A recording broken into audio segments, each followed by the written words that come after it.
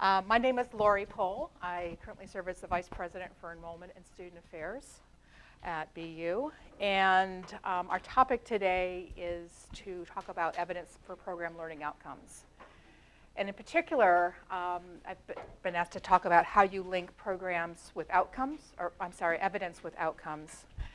And what I'd like to do is to make an argument to you. Number one, that this is something that is akin to something all of you do every day in terms of making an argument and thinking about a program outcome as a hypothesis, as a claim, as a thesis. And the evidence you provide and the assessment is the actual evidence or support for that particular claim.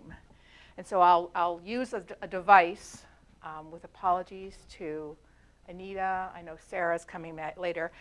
That this is not an official argument. I'm adapting a rhetorical device. It's not quite exactly analogous, but it works for me. So I hope it might work for you. Are there any particular questions, topics that folks want to be sure we cover today? Yes.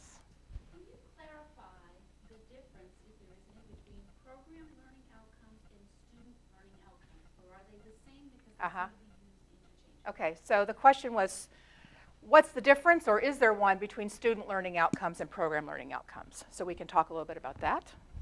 Others? Other particular questions? Great. I will spend a little bit of time up front talking about the structure of a learning outcome statement.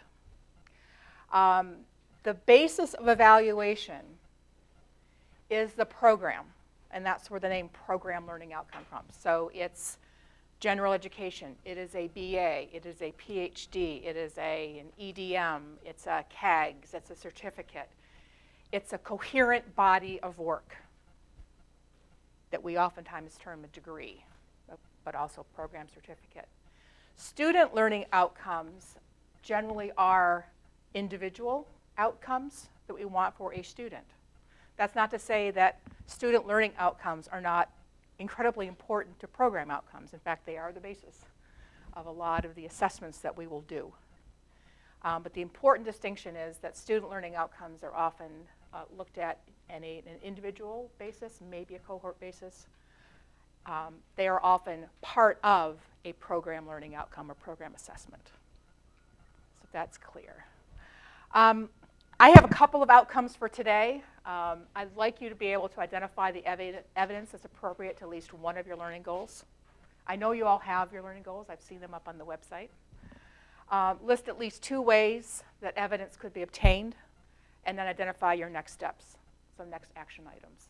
I'll have a couple of points along the way where I'll ask us to sort of brainstorm ways that we could improve a learning outcome statement, align evidence with the outcome, and talk about next steps. If you have questions, raise your hand, holler. I'll try to keep scanning back and forth along the way. This can be as informal as you would like it to be. Okay. Why do we do this? I think the most important thing is the last sentence of this quote here, is it tells us what to work on. So the assessment isn't necessarily a grade or it's a punitive measure. But it does tell us what we want to work on, something we need to enhance, improve, supplement, etc. And learning outcomes, they will identify strengths and weaknesses, but they oftentimes, because we are in a learning environment, they identify patterns of growth in emerging qualities. What do I mean by that? That it's not necessarily everything we do will be a summative measure, a capstone experience. Because part of what we might hope to learn over time is seeing improvement, is a series of courses or a series of experiences leading to outcomes over time, or the development of certain characteristics over time. So that's an important thing to keep in mind for many of you who have what I would call some of the softer learning outcomes.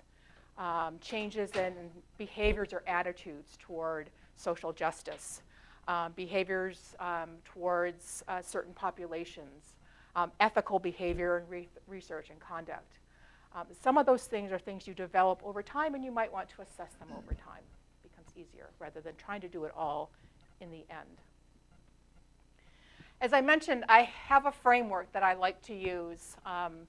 Just by way of disclosure, I've taught in the writing program for a few years, and so I like to think about making a rhetorical argument. And when I teach Writing 100 and Writing 150, we talked about claims and hypotheses, which I, as I said earlier, talk about as a learning outcome. I sort of equate that to a learning outcome.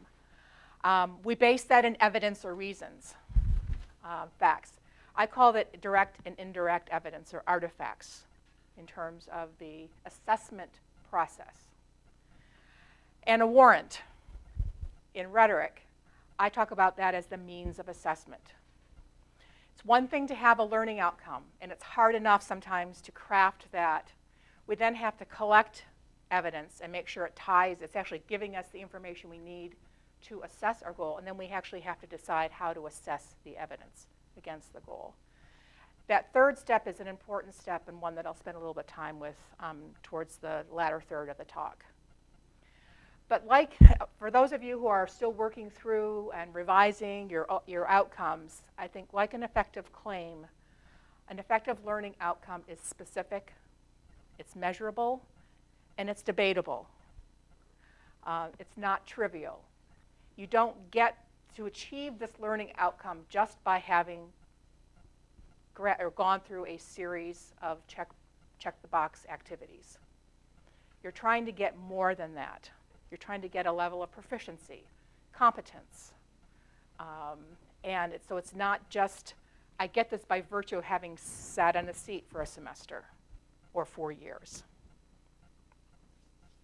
The structure that I like to work with, and I'll come back to this in a little bit as well, the structure of an outcome statement begins with who it is we're assessing. And again, try to be as specific as possible when you're writing these. Some of those I read, and I excerpted a couple, could be any program in the university when they were coming out of a specific department. That's not necessarily bad, but if you want to talk about history graduates or graduate students or PhD students, be really specific as to whom the outcome is pertaining to. That will guide you in terms of picking evidence and when you assess. Obviously, graduates tells you something about when I'm going to assess and what kinds of measures I want to pick, typically outcomes measures. The change or desired effect. I want to improve. They want to enumerate or list, demonstrate, generate, analyze, attain a certain level of proficiency. It's a change that's happening over time, and it accumulates at the end of the program is a result of the program. And then what are the expected results? Or what am I going to be proficient in? And again, very concrete, measurable, specific attributes. Grammatically correct prose, original scholarship, ability to articulate a thesis. We'll come up with some other examples in a minute. By when? As they graduate, I finished orals after my second year, after the completion of the general education program. By the first week, sometimes, typically not in programs. And then by what means, by what measurement. This isn't always part of assessment or the outcome statements, but sometimes, again, it is included and it is helpful to say how, when, and where the program will be assessed for that particular outcome. So that's the structure, and you can see how you might create statements from that. There are some common language that's used to talk about program outcomes. We want certain students to be able to know certain things. We want them to be able to think critically. We want them to understand things. We want them to appreciate things. We want them to engage. what would be wrong with any one of those statements? Are they perfectly fine things to describe what we want our students to do? Anyone hazard a guess? They're just really hard to measure. They're really hard to come up with specific, concrete measures. So what we try to do in the learning outcome statement, which might be different than how we describe our program and our desires and hopes and dreams for our students. But for the purposes of outcome statements, we've got to assess them. So the more specific and concrete we can be about what it means to understand, what it means to envision, what it means to articulate, what it means to appreciate. The more we can state those in concrete terms that are demonstrable, I can go find a piece of evidence to support that, the better off you'll be for this particular purpose. So these program statements, people say, why do we, they aren't necessarily the marketing statements that you might include in your materials to recruit students. They may well be at a certain point, but these program learning outcomes have a particular purpose. And so the level of specificity you can give to stating those intended outcomes, those purposes, those goals, and the evidence it will take, the better off you will be. I see, can I just pause there for a second and see if that's, there was one way of looking at these, I listed here is what we call covert and overt uses. Yep. It might help if you explain to us how this differs from what we're doing already. Mm-hmm. These sound like things we expect in our courses. And so you said before, having sat in a seat for 4 years doesn't satisfy a learning assessment or criteria, whatever it was. But I could equally argue that it does. Mm-hmm. That if you sat in a seat for 4 years and got A's and B's for 4 years in courses that require you to know the arguments and reflect on the issues and think critically, which presumably we all do in our courses, that you have achieved a learning outcome. And what would be the outcome that you would have achieved? You would have achieved mastery of a particular field of study. As demonstrated by your having taken the required courses and done well in them. Okay, so that's an example of a student learning outcome and a certain level of proficiency in a given course of study. And that is what we do when we give grades. But what we're trying to understand is how the program is achieving, how this sequence of courses is achieving a desired outcome. Does proficiency at the B level or the A level by 75% of our students demonstrate that we're achieving the outcomes that we want? There are also softer outcomes that aren't necessarily cognitive outcomes that we also try to instill in our students and have them develop and learn. And those can be very explicitly included in course level outcomes. What we need to do with the program statement, though, is bring that up to the program level and have a way of assessing whether or not it was achieved for a particular group of students over time.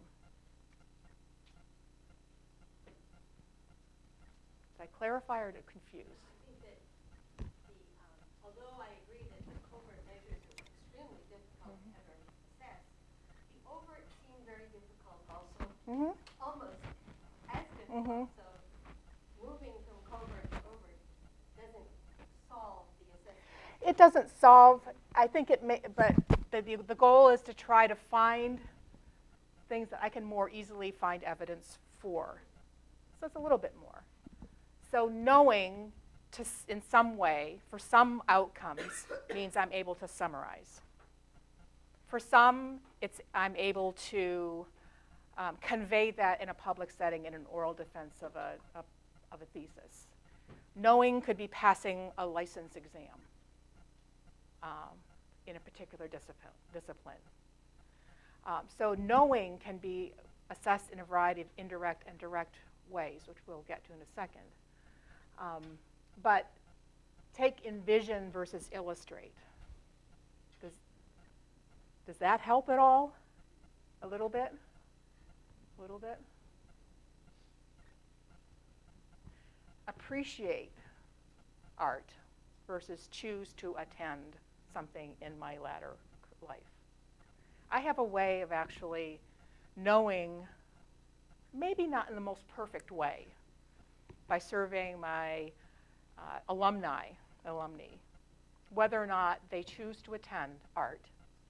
And the bet is, the warrant, if you will, is that in doing so, I've instilled an appreciation of art in them. And that's the bet. But appreciate to me is kind of in the eye of the beholder. We may say that, again, that may be what, that more aspirational, inspirational statement we give to our students. But what we're trying to do always with our program learning outcome statements is get it to be as concrete and measurable as possible. Yeah. The art example raises a question for me, though, where if your measure is after they leave the program, don't we need to have an interim measure that can somehow give us some idea of whether we're actually accomplishing the warrant or not before they go? Yes and no. And that has to do a lot with the time scale that we're looking at for program assessment. It's not the case, I'll come to this later, that we have to assess every outcome for every student, for every program, every year. And so when we talk about assessment, we may pick a tool.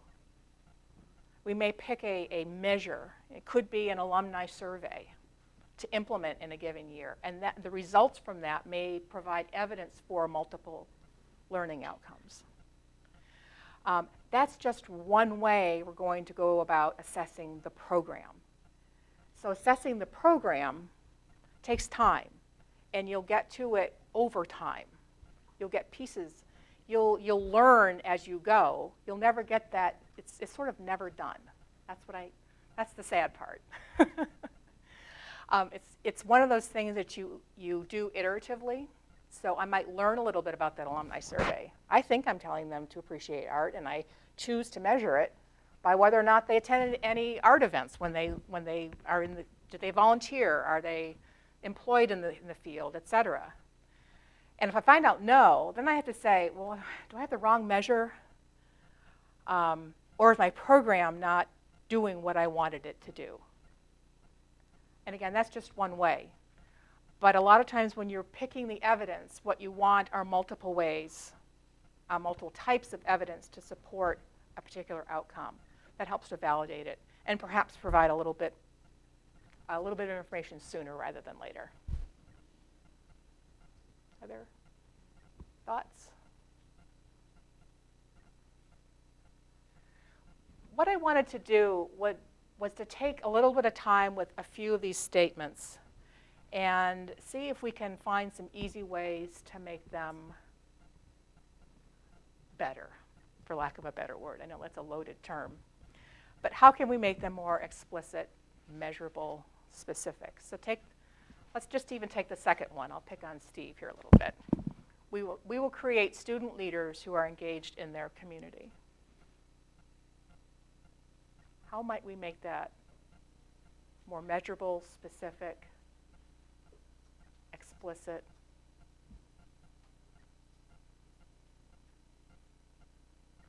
Yeah. We will create students who assume leadership positions in community organizations. Okay. That's a specific measure of what we're looking for. They will assume leadership positions in community organizations. That's something we can go assess, and it's an instance of how we're creating students engaged in their community. Yeah. General comment.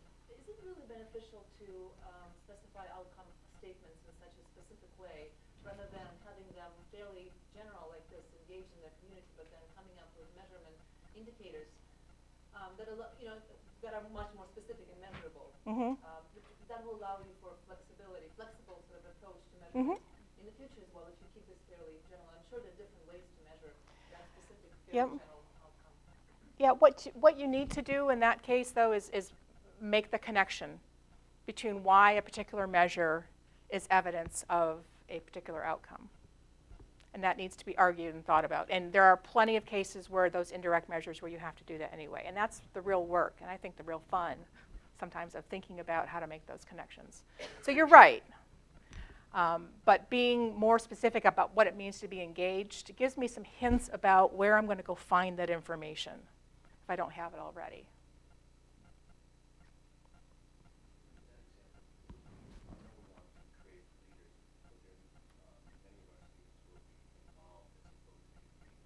Mm-hmm.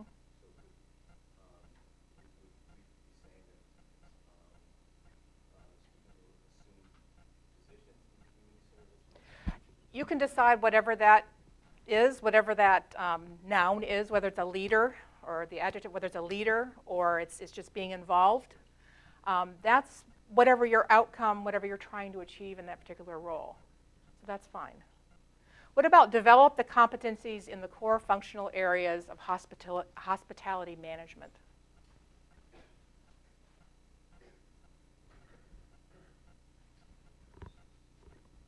Yeah, pardon me? You think it's very specific? Yeah. I struggle with this in my program as well. We do have national competencies that we have to Yep. do for part of our accreditation.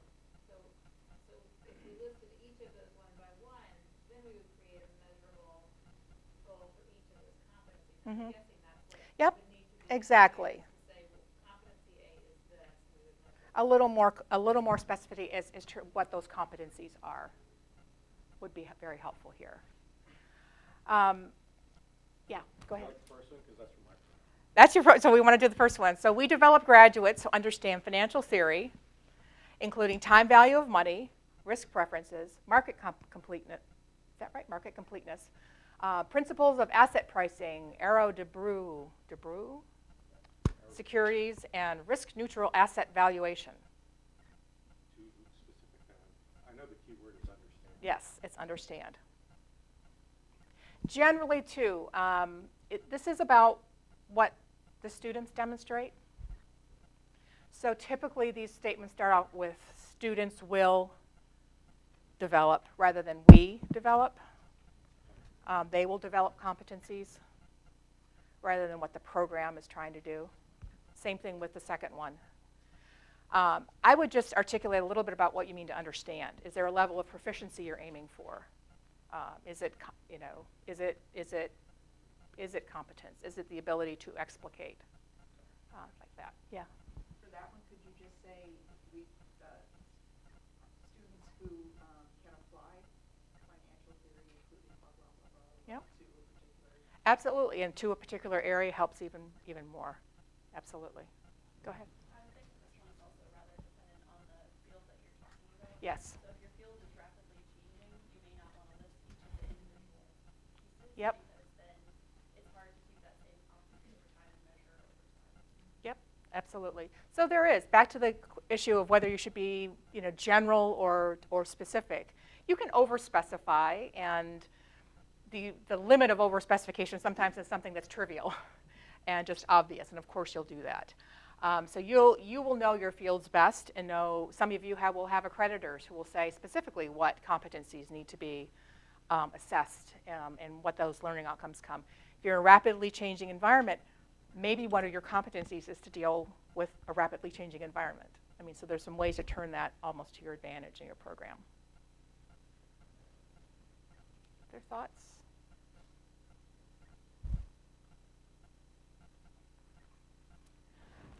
In terms of types of evidence, assuming that we've got a measurable, specific outcome statement, and many of you do. I read through quite a number of them, and they look actually in really good shape in a lot of cases. Just some tweaks here and there, I would say. What I wanted to talk a little more about was about the types of evidence that we're looking for and how we decide what supports which outcomes, et cetera. And there are kind of three ways to categorize, three sort of ways to categorize the way we look at evidence.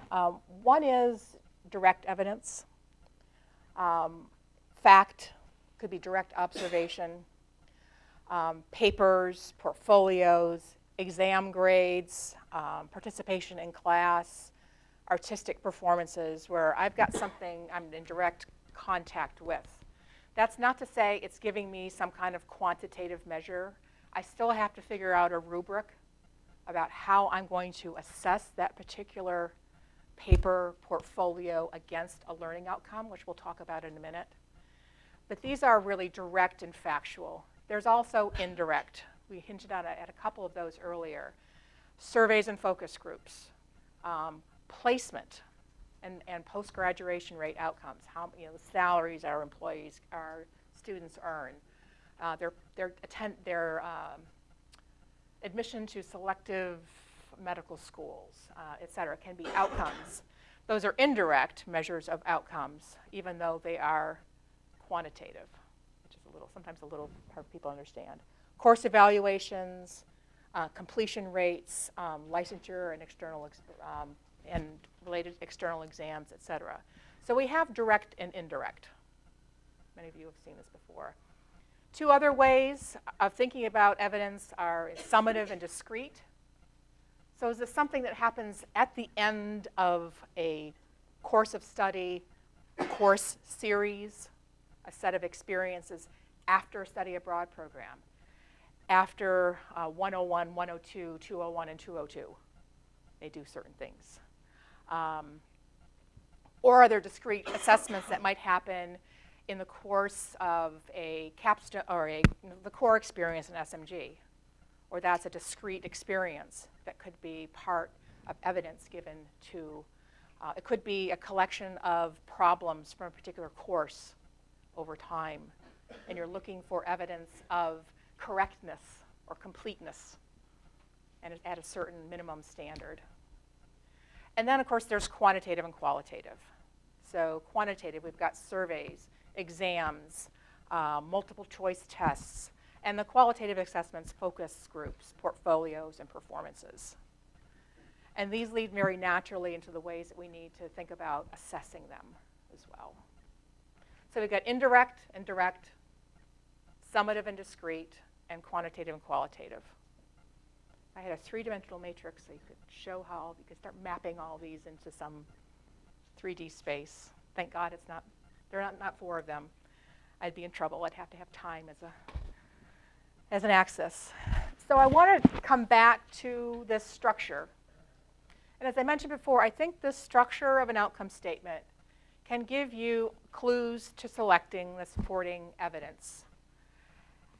For example, the change or desired effect. So sometimes you say, I want to see growth in something. I want to see improvement. You might think about having something that a survey or a test or an essay that they write at the beginning of the course and something they write at the end. Something at the beginning of a program, at the end of a program. Do I need to do this each year? Is it reflective? But I've got to have some measure that's getting at that growth or improvement piece, or else I've got to change the word. Proficiency or ability to apply or application. You could discreetly observe someone doing a manipulation in a PT lab. That shows proficiency. Patient doesn't scream, you are proficient, and check the box. I know it's more difficult than that. But you could also have licensure exams, again, employer surveys, where you're asking them, we think we've produced graduates who can do these things. Can they? Rate them and tell us how we're doing. The second piece of that was in what area or what is the desired outcome. For example, the grammatically correct prose tells you I'm looking for artifacts of writing. Whether it's papers, articles, theses, could be presentations. It could be spoken and not just written, but I'm looking for those types of artifacts. Competency in the fundamental areas of chemistry. Again, I'm looking for exams. I'm looking at licensure pathways, placement, employer satisfaction. So it's giving you some hints that I've got to find out whether someone can do what I think they can do in chemistry. And again, by when, that last piece, saying when it is that I'm going to be looking at and looking for evidence. If it's by the program completion, if it's by the completion of a series of courses, etc. Kind of gives you a hint about where I'm going to go look for evidence or where I'm going to have to institute a way to gather evidence. Questions about that little piece? Just pause. Is there a conversation or a question back there of interest? No, okay, great. Yeah? Would it be of value to actually ask the student if they have achieved the assessment that you're trying to do? Absolutely. So this is self-report. Are self-reports of achievement valuable? Absolutely. Do they tell you everything you want to know? No. You get everything from this student who says, I don't understand why I got an A and I'm perfect, to the student who says, I still don't think I've got it all, but they've got good grades. So you get that mix. But self-reports, reflection, on what they've learned. Some of the most valuable insights I've gotten into my own teaching has been from a student writing at the end of the course how they've seen themselves change as a writer. It's also very heartwarming in a lot of ways. But absolutely, student self-reports can be a piece of evidence. It's sometimes challenging to evaluate that evidence, but it's an important piece of evidence. Other questions? No? Great. So I'm going to come back to this little structure here and just give you a couple of examples of how I think about those links. So this would be something I would try to use as an example in one of my courses. My evidence is that there are a greater number of peer-reviewed papers whose conclusions favor human forcing of global climate change. My claim is that scientists agree that global climate change since 1900 is due to human forcing. Now, I've got a bit of work to do. I'll come to the warrant in a little bit. But that's the link. I've got scientists agree. How would I know that they agree? Well, more say yes than say no. And that's the kind of evidence I'm going to go seek. So that's the basic rubric. So here I've got a program learning outcome. I believe this was for the PhD in French. Compose lucid, well-researched, and well-argued critical essays about literary texts. So compose, that's a key word here. Critical essays. And lucid, well-researched, and well-argued when I come to it a little bit later, are going to tell me what my rubric needs to assess. But what I'm looking for, a good source of evidence, is going to be a portfolio of student essays that can be sampled amongst our graduates. I would say over the course of a student's years. That'll have to be evaluated. So that's another bit of a link. Demonstrate the ability to solve real-world marketing problems from strategic, creative, and technological perspectives. I don't think I have anybody from Common here, do I? Here, it's really important when you've got these multiple perspective learning outcomes to think about ways that you can embed problems, projects, activities, and things that can serve within courses that can serve as evidence later on. So if I'm going to think about marketing problems from these perspectives, do I want to assess, do I want them to all come together in one project? Or are we going to look at, they can do strategic, they can do creative, they can do technological perspectives. Am I going to bring them all together? So start to embed things within courses that then in aggregate tell you whether the program is achieving this particular outcome. One might also think about surveys of employers that hire graduates into these fields and ask about competence. Capstone projects are great examples of evidence that can be used in this kind of situation, where you've got to demonstrate a certain capability. And finally, demonstrate ability to communicate and teach complex works and literary concepts effectively at the college and university level. I will say that I added the word effectively to the learning outcome that I took from, I think, comparative literature. I think it's, otherwise we could demonstrate that to the cows. The cows come home and we couldn't say that we did a really good job. So effectively, those kinds of levels of proficiency are important to include in outcome statements. And here you might be going in and going to classes. So an important thing would be going, observers going in and watching, listening to observations of teaching. Course evaluations. I know it's not everybody's favorite thing. They are evidence if constructed wisely. So you could look at course evaluations as evidence of student learning, student participation, whether they were effective in doing that. Evidence of self-report. I'm a little mindful of time, but let me take, what I wanted to do in these next two slides is thinking about aligning evidence with outcomes. How many of you do some kind of maybe a senior survey or a survey or exit interview with graduates as they're going out the door? So I've got a good throw of that. How many of you do some sort of capstone dissertation, thesis, some culminating project at the end of a program? Back here, most of the graduate programs are going to do that. So part of what I wanted to do with these two is to say, you can start with what you've got in terms of evidence. You might want to tweak a few things with that alumni or that graduating survey, tweak a few things with that employer or alumni survey, tweak a few things with that capstone project, whatever, so that it can serve your outcome goals more directly. So you can start from what evidence you have and fill in the gaps and think about and match it to outcomes, or you can start from the outcomes and think, what evidence do I need to be thinking about? You just go into assessment because that'll tie right in. This is the piece that when I've worked with folks before that gets lost, and it helps to understand this piece, kind of going back to the question, the very first question that was asked was, what's the difference between what a student's, demonstrating that a student has achieved a specific thing, and back to your question about, well, what is it about we're doing in our courses, why isn't that sufficient?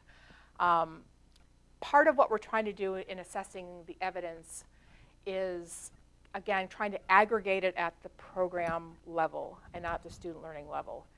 We need to assess that evidence against something. So we've got to assess it against a benchmark. Is it a pass rate? Is it, they score 4 out of 5 on a particular measure. 70% of our students score 4 out of 5 on a particular measure in a license exam. Or we've got to have a rubric. You've all probably worked with grading rubrics. You've got to think about a rubric for your outcomes. So when I look at my sample of 10 student portfolios of graduating seniors in a particular field, how am I assessing that against the learning outcomes, the program learning outcomes? You need a rubric. So we'll talk a little bit and give a couple of examples of that. Rubrics are I think one of the more interesting things. There are many, many sources of these in the program and the learning outcomes assessment world. I tend to go with the AAC&U, which has been doing this for a long time. They've developed a series of rubrics that you can then adapt to your own areas if you so choose. So the outcome here, in this example, this is a quantitative literacy outcome, can explain information presented in mathematical forms. For example, equations, graphs, diagrams, tables, and words. And in the light blue across, you've got different measures of proficiency. So that when the faculty sit down to go through the evidence, which will likely be problem sets, final exams, sampled of certain, maybe juniors and seniors over time for a given year. They're going to look at these statements of competence, of satisfaction of the outcome, and assign it a grade, a number, a letter. And what you decide as a faculty over time or as a staff is what average measure, what benchmark are we trying to hit? Are we going to expect for satisfaction of a program learning outcome that every student who's measured has achieved at 100% satisfaction of the outcome? Probably not. And what you'll decide is what is enough? Is it 50%? Is it 75% achieving at a 3 or better on a 4-point scale? And that assessment piece is really where a lot of the, I think, discussion and really good work goes on in terms of program learning outcomes and this whole assessment process. It's fascinating to try to get agreement on not only what it is we're trying to assess and what we're all trying to do together, but once we have the evidence, what do we deem satisfactory? And it's hugely critical to the integrity of the degree programs that we do, that we really sit down and articulate those things on a regular basis.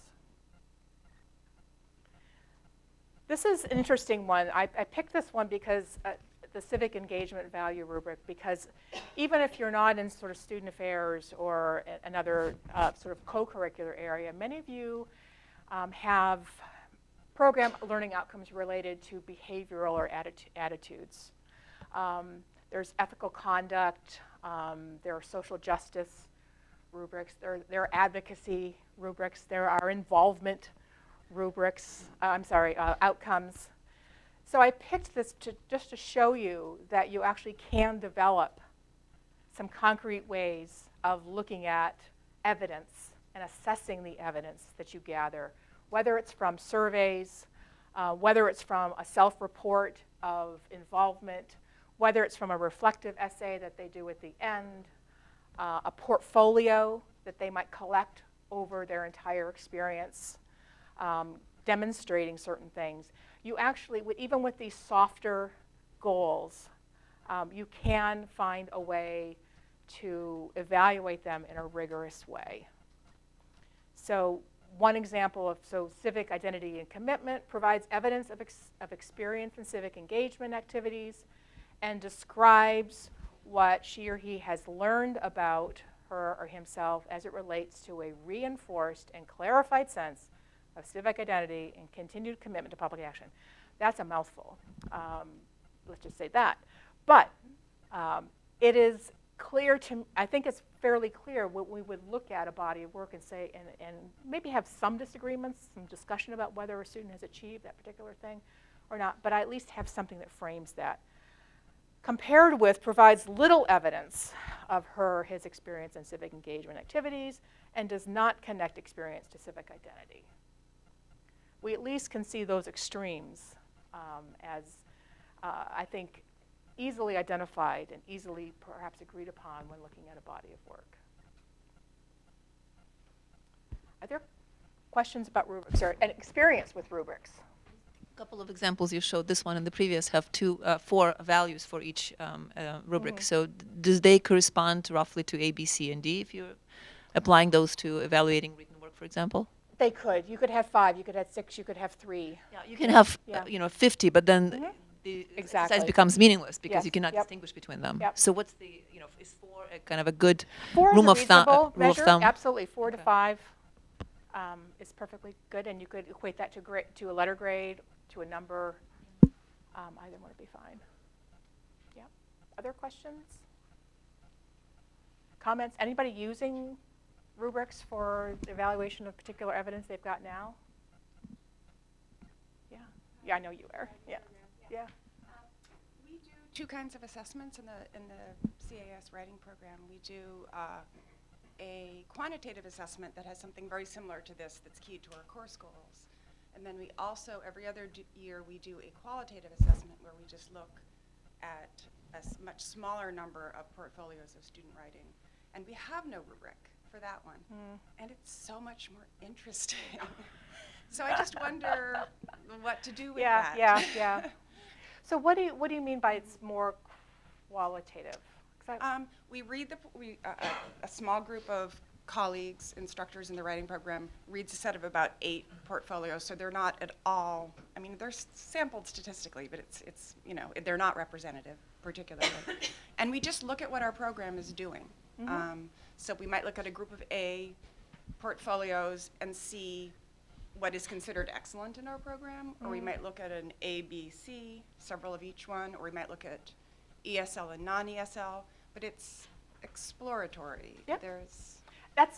I would keep doing it, but I wouldn't necessarily say that you would even want to adapt it to be a process of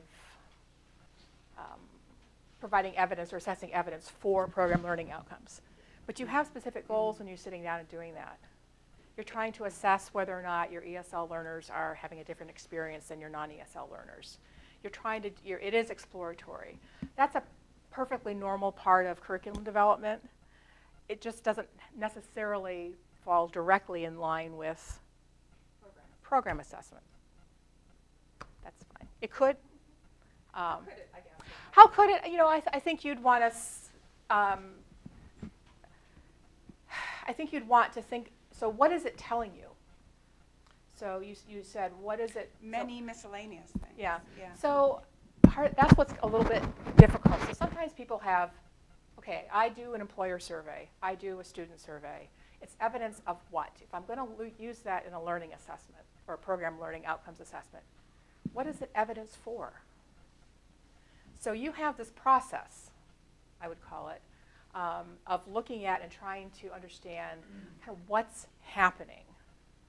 And I'm having a hard time because it's the outcomes of that certainly are informing what the program is doing, but because the outcomes themselves are not concrete, it's hard to tie it back to a learning outcome.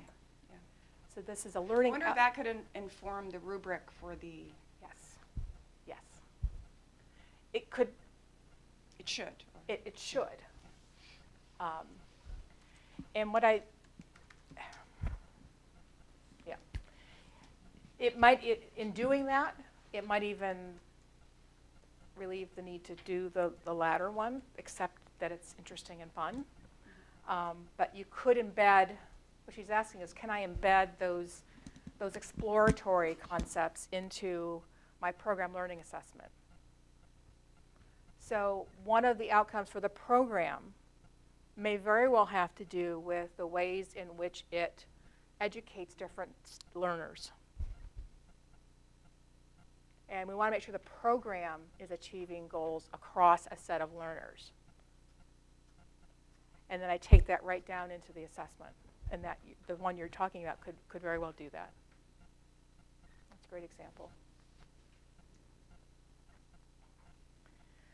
Benchmarks are typically are pretty easy to establish. Typically, they are a score. Could be a number of the number of people who satisfy a particular benchmark. So graduates pass the state licensing exam with a minimum of score of 90%. It's silent on how many of them do that. The majority of theses assessed against a rubric will receive a score of 4 or 5 out of 5. Assessments of civic engagement will exceed those of peer institution as measured by the National Survey on Student Engagement. Examples of benchmarks that I can use for quantitative, sometimes summative.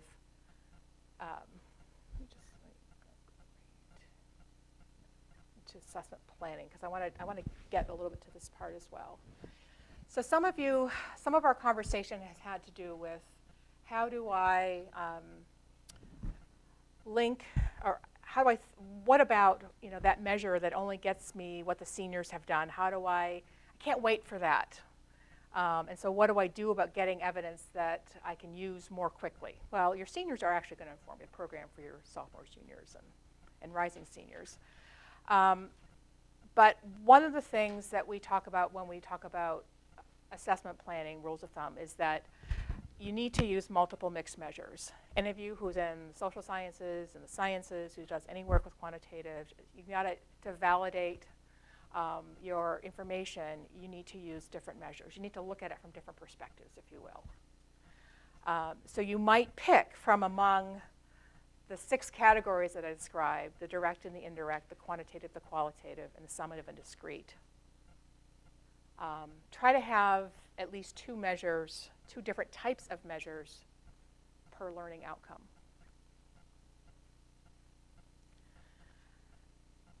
The other piece of this is that typically we don't measure an outcome only at one time.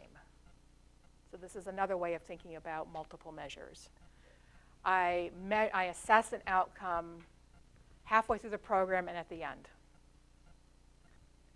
I assess it for a series of courses and for the program as a whole, et cetera. So you give students, your participants, your cohort, multiple opportunities to satisfy the outcome. Another way of thinking about that. Now the good news is that oftentimes one measure can provide evidence for multiple outcomes. And that's why many of you asked, what do you have to begin with? And that's where I would start.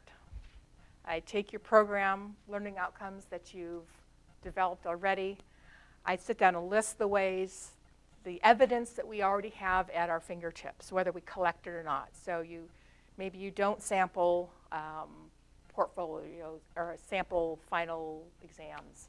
Maybe you don't collect certain things. You could start collecting that. So a lot of this is stuff we already have.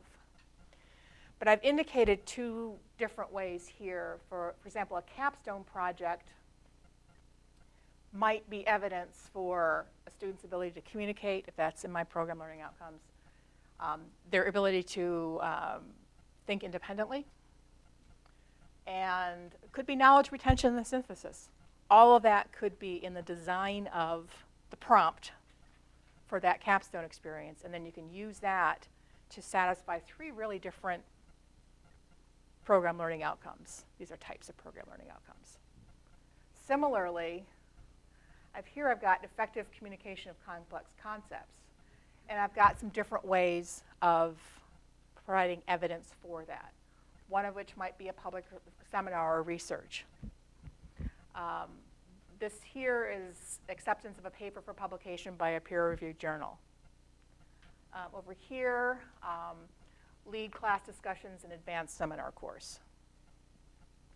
So I have those different, some are individual, some are summative, some are actually even external, that are all contributing to satisfaction of that one goal. And again, the key thing is that in any one year, you don't have to be doing all of those things. As I said before, this program learning outcomes is it's a journey, as we like to say in some areas. It's a journey. And you're going to get pieces of the program assessed, certain pieces of the outcomes along the way and a long time, over time. This is just a way to start thinking about it.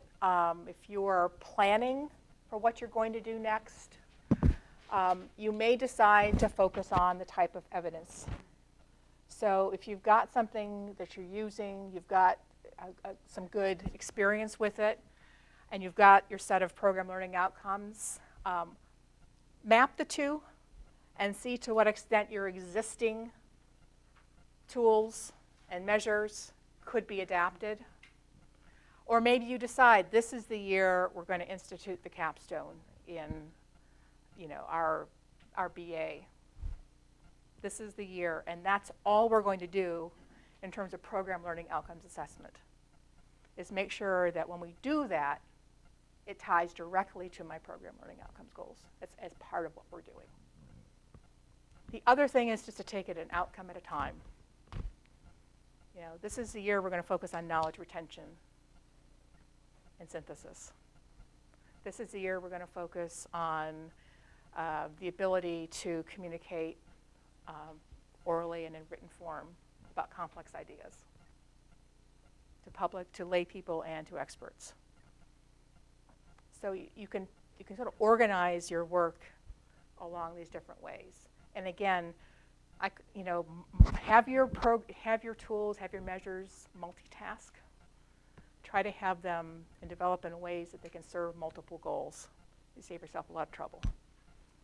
If you focus on different outcomes, different years, then you can't really track the progress of your program in any one outcome. Is that not a good way to think about using outcomes, or? I'm sorry, if the question was. So if I have 4 different outcomes that for over 4 different years, that's going to give me 4 kinds of information about my graduates. But if I did the same outcome for 4 years in a row, I could see whether I'm doing better at achieving that outcome or not. Yeah, I think it depends on what you're trying to get out of that. So you're trying to show that you're getting better at something, or you're trying to show a particular level of achievement and feed that back into your program. Okay. Okay. So taking it outcome by outcome, so what do you lose? You lose the fact that we've changed some things from year to year. Different faculty teach different things. The curriculum might adjust a little bit.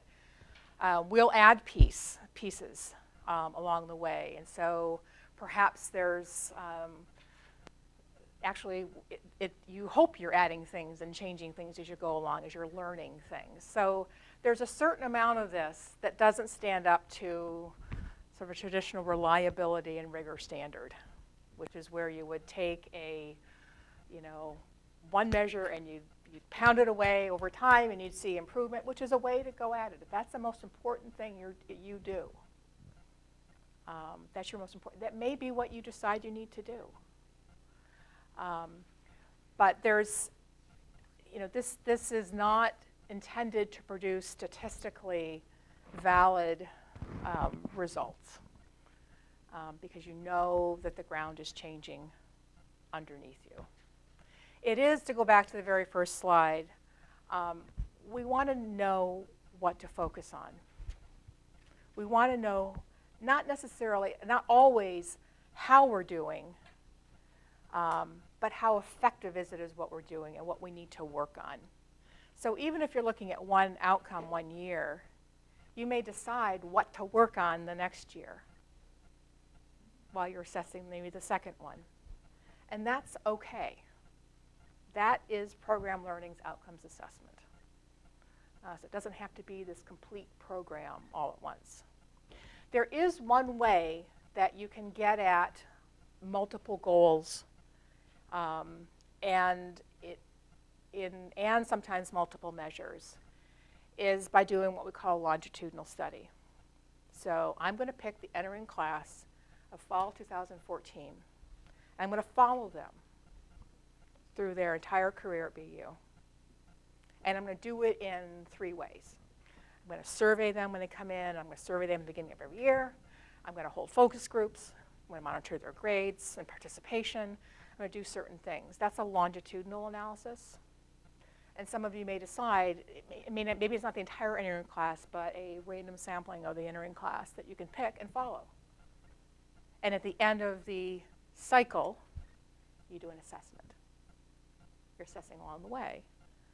But that can sometimes give you a program in a broad sweep. Another way of doing that. I'm mindful of our time here, and I wanted just to see if there's any final questions, thoughts. I'll leave you with that. It's a lot to cover in about 16 minutes. Yeah. Are you planning to share the stack with us? I can certainly share the stack with you, and it's being filmed as well. Thoughts or questions? Great. Thank you for being here. Thanks for your great questions and ideas. Appreciate it. Have a good weekend.